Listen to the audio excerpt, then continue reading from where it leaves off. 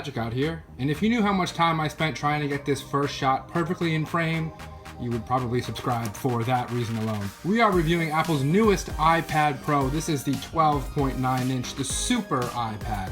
This is actually the nicest iPad Pro that Apple makes.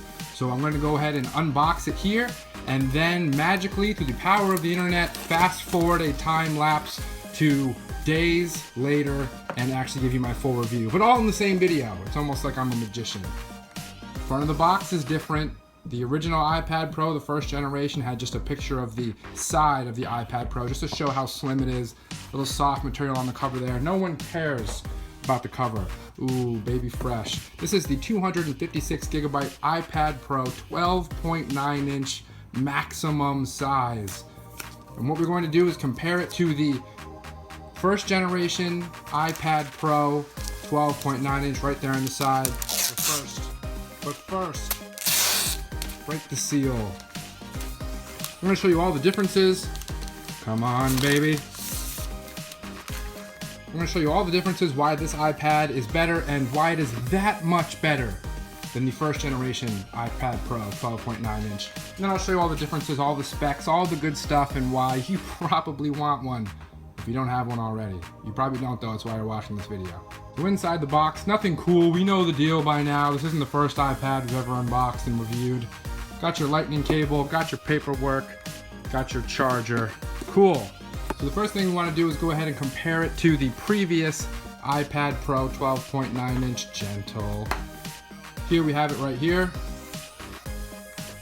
And if we look at the sizes, funny enough, these sizes physically are actually identical. This is the previous iPad Pro 12.9. This is the newest iPad Pro 12.9.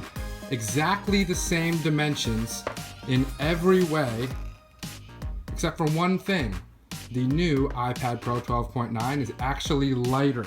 So Gadget Guy, do me a favor and tell me what else is different about the brand new 12.9 inch iPad Pro compared to the previous version.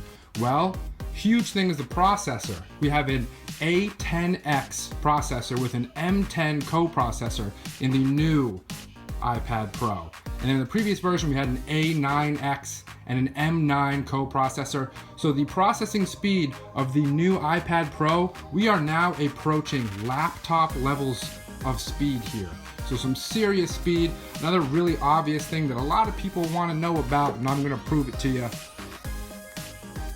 is that the cameras are another huge difference. So we can see here in the original iPad Pro in the back there, that is a 1080p camera with no flash. The new iPad Pro has a 4K camera with optical image stabilization and a True Tone 4-color LED flash. So it's actually a massive difference between the cameras there. Also, you will notice the microphone placement is slightly different. The previous version in the background there, you see the microphone is right next to the camera. On the new version, the microphone is right there at the very top center.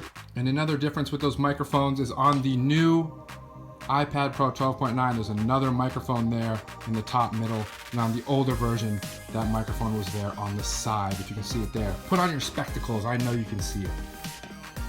So the camera architecture on the new 12.9 iPad Pro is actually the same as the camera architecture on the iPhone 7. So it's the same optical image stabilization, same 4K camera. The only difference is that we're on a massive iPad, the largest iPad that Apple makes. All the sides are the same as the previous iPad version. Speaker placement is the same. An unfortunate thing that you may notice is that while I personally still recommend the Apple silicone case to protect the back of this, it will not fit the new version. You will have to get a new version of the Apple case. I'll put my personal case recommendations for the Apple 12.9 inch iPad Pro down below. I have some Amazon links down there if you want to see my personal recommendations of the cases that you should use for this. Another large difference just on the camera specs alone is we now have a 7 megapixel camera on the front of the new iPad Pro 12.9, where previously on the last iPad Pro 12.9 we had a 1.2 megapixel front-facing camera. So we are now in the HD front-facing, FaceTime, let everybody see your pimples, let everybody see your boogers.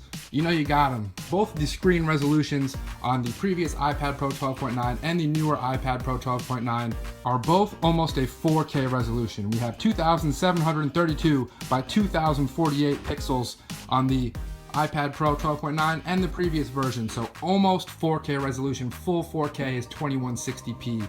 We have 2048p. Let's just call it 4K, let's be honest here. But really the biggest thing about the new 12.9-inch iPad is that we are now at laptop level processing speeds. Took a while to get there, but we have now reached that point where if you were to compare the specs of Apple's MacBook Pro and the 12.9 iPad Pro, in some situations, the 12.9 iPad Pro actually has more processing power than the MacBook Pro. We did it. Took forever, but we're there. The future is now.